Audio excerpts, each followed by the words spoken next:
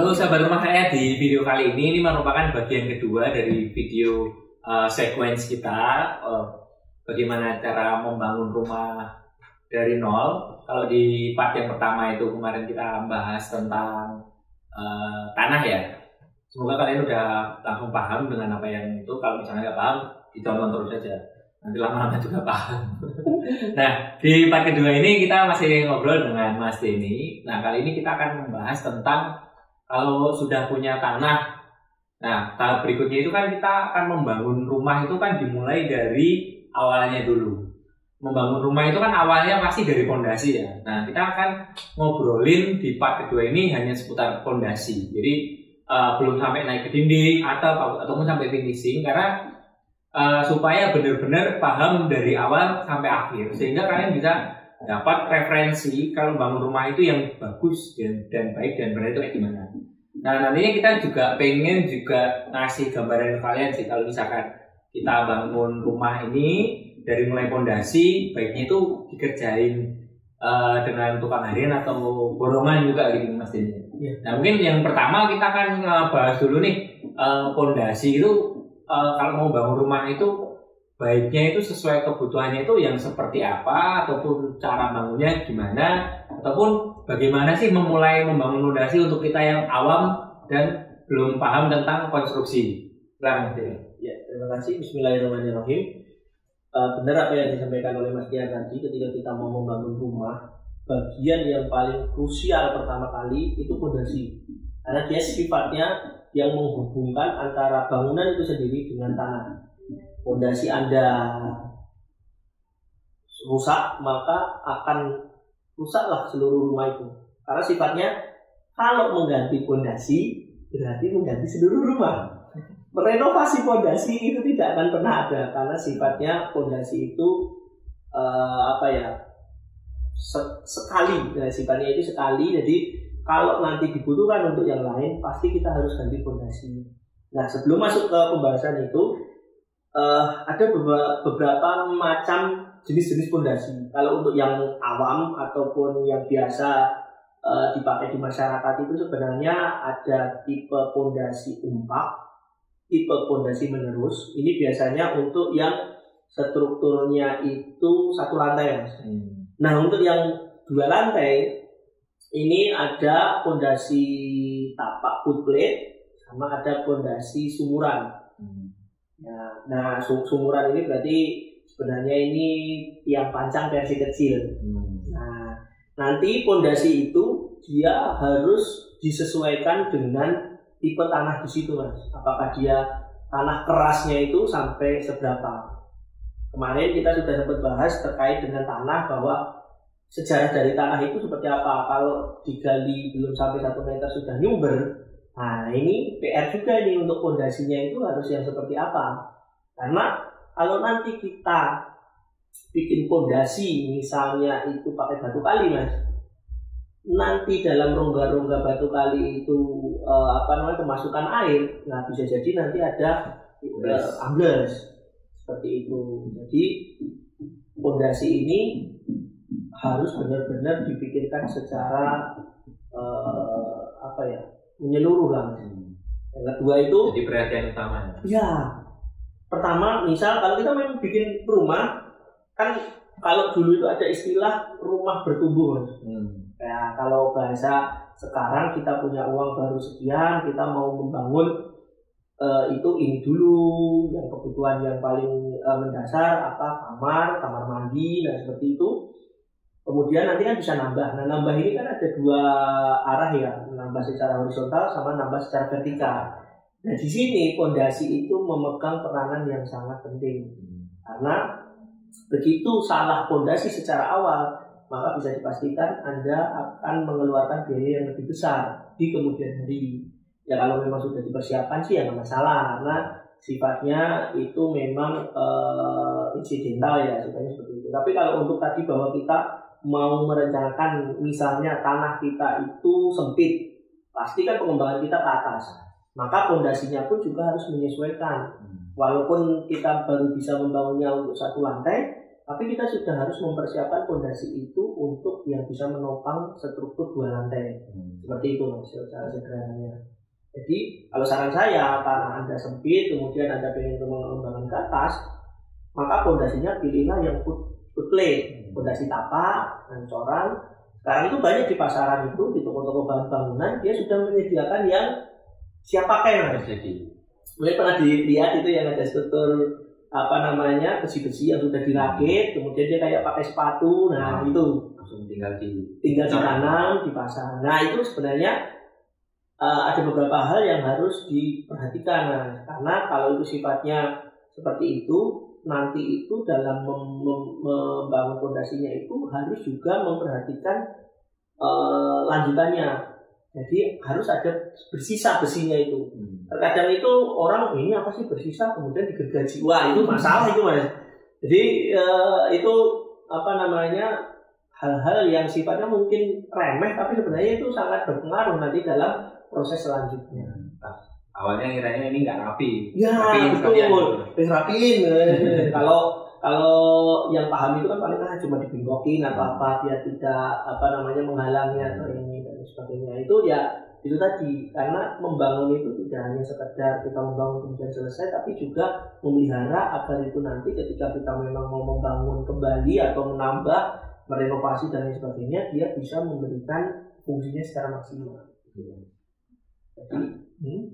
Nah kalau misalkan awalnya nih 1 lantai, ternyata nanti di tengah jalan mau jadi 2 lantai, apakah harus bongkar fondasi atau nambah kekuatan fondasinya aja?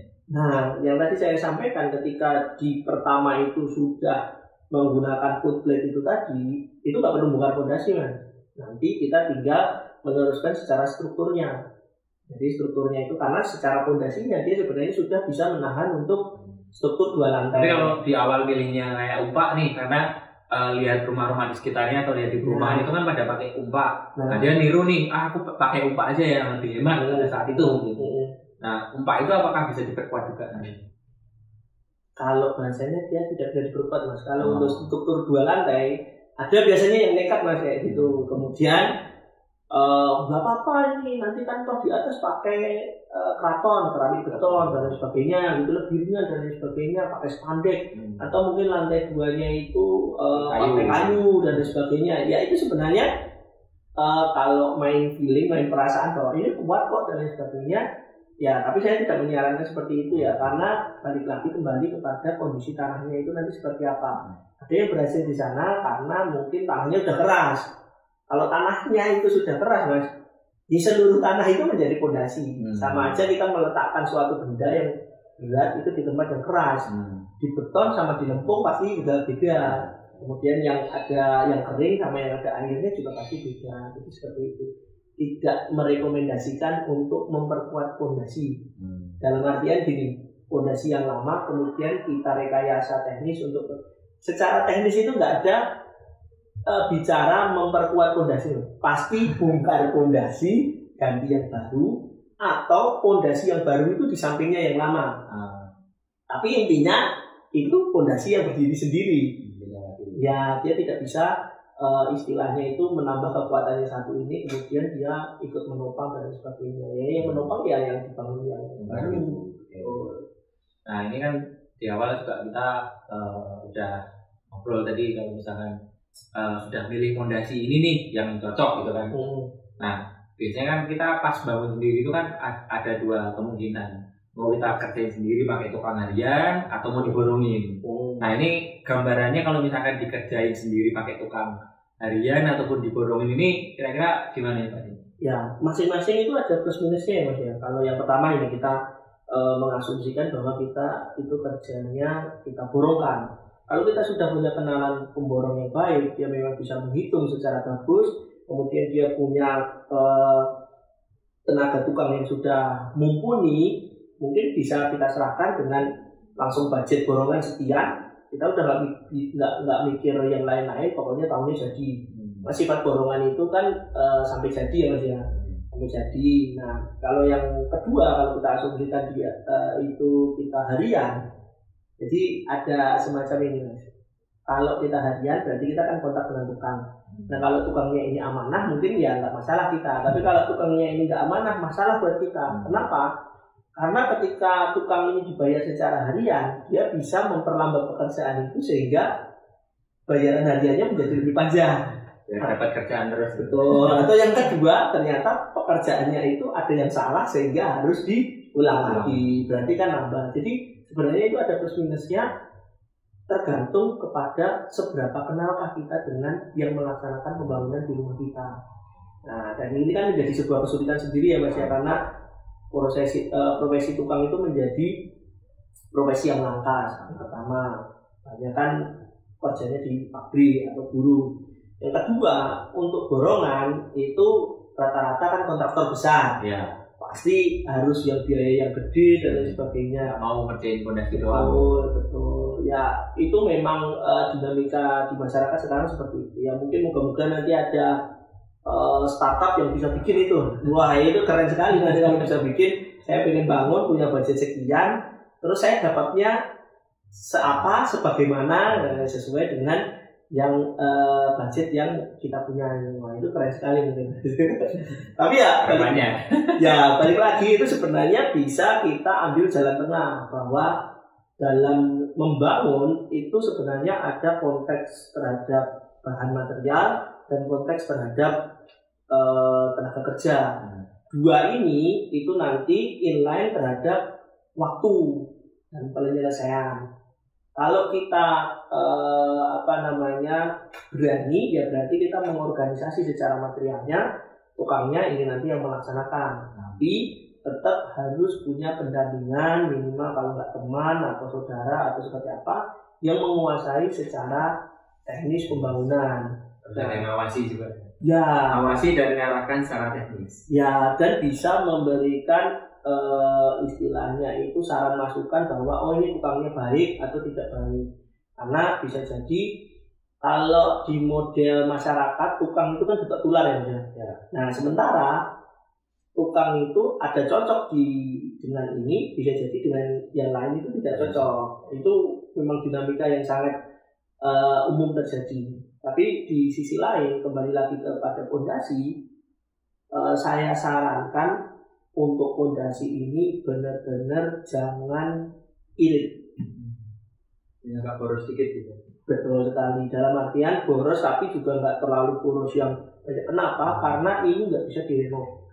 Nggak ada renovasi fondasi itu nggak ada. Jadi kalau yang namanya fondasi itu kan dia sudah satu masuk di dalam tanah. Yang kedua dia itu di atasnya sudah ada nanti tembok, dinding, balok, kolom dan lain sebagainya. Itu otomatisnya karena dia masuk ke dalam tanah, kalau kita mau memperbaiki itu berarti yang di atasnya kan harus dibongkar. Ya, dulu. Itu udah harus dibongkar dan lain sebagainya, itu udah biayanya berapa. Makanya kalau nanti dalam artian kita itu over budget di fondasi, jangan kecewa dulu. Karena pasti ada hikmahnya itu di situ kalau over budget. Karena nanti mungkin suatu saat ternyata fondasi saya jauh lebih kuat daripada tetangga-tetangga saya. Dan kalau ada gempa dan lain sebagainya ternyata investasi saya karena dalam tanda kutipnya boros di fondasi menolong saya dalam kondisi-kondisi tertentu. Seperti itu. Jadi masih ada hikmah yang bisa diambil. Betul sekali. Pokoknya dalam segala kesulitan pasti ada hikmah di situ. Nah ini sangat edukasinya sangat banyak sekali, mulai dari jenis-jenisnya, terus mulai dari bagaimana penerapannya, mulai dari milih diborong atau enggaknya. Ini semoga tetap bisa memberikan kita manfaat, tetap bisa memberikan kita gambaran bahwasanya kalau membangun rumah sendiri itu sebenarnya nggak susah. Kalaupun susah, ya silakan teman-teman itu mengenal sekitar, tanya di sini ada tukang nggak yang bagus. Nah, tapi harus tetap melihat track recordnya tadi gitu Pak. Karena ketok tular itu tadi. Tapi ya kayak apa yang saya alami juga ya, kita itu nggak bisa serta-merta dapat langsung yang bagus gitu. Mungkin di saat kita dapat tapi yang kurang bagus, disitulah kita belajar. Nah, samanya kita akan terus belajar sampai bisa bangun rumah di part-part berikutnya. Sekian di part kedua ini, semoga selalu ada manfaatnya buat kalian semua. Salam rumah murah untuk seluruh rakyat Indonesia.